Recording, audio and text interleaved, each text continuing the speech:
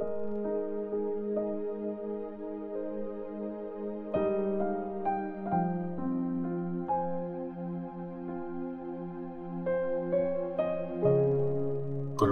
chapter 4. Mga amo, maging fair kayo sa pagtrato sa mga nagsiserve sa inyo.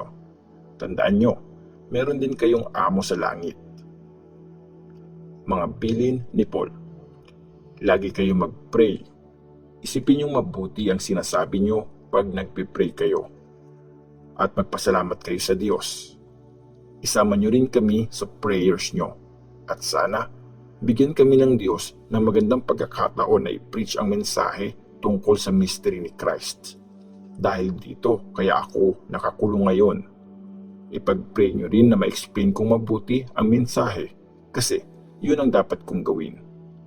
Pagkasama nyo ang mga hindi naniniwala kay Christ, maging matalino kayo at huwag nyong sayangin yung time na yon. Dapat laging maayos at interesting ang pagsasalita nyo. At dapat alam nyo kung paano sasagutin ng tama ang lahat. Mga huling greetings.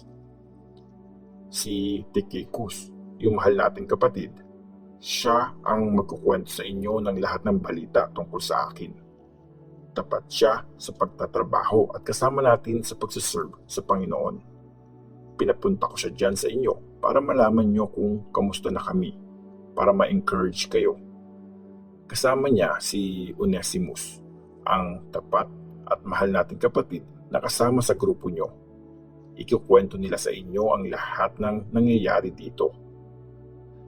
Kinukumusta kayo ni Aristarchus. Kasama ko siyang nakakulong. Si Mark din na pinsan ni Barnabas. Hello daw. Nasabihan na kayo na dadating dyan si Mark, di ba? Paki-welcome siya. Kinukumusta rin kayo ni Joshua. Tinatawag din siyang Justus. Silang tatlo lang ang mga Jewish Christians na kasama kong nagsiserve para sa kaharian ng Diyos. Malaking tulong sila sa akin. Kumusta daw, sabi ni Epapras. Member siya ng grupo nyo at servant siya ni Christ Jesus. Talagang pinagpipray niya kayo na sana maging matatag at matured kayo at maintindihan at sundin nyo ang lahat ng gusto ng Diyos. Nakita ko mismo ang hirap niya para sa inyo at para sa mga taga-Laodicea at Hierapolis. Hello daw, sabi ni Luke, ang mahal nating doktor. Hello din daw, sabi ni Demas.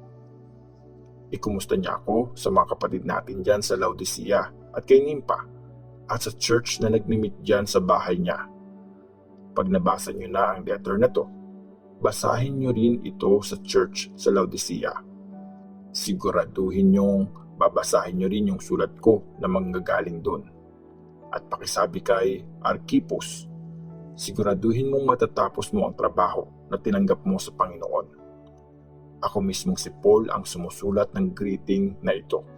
Huwag niyong kalimutang nakakulong ako. Tanggapin niyo ang sobrang kabaitan ng Diyos.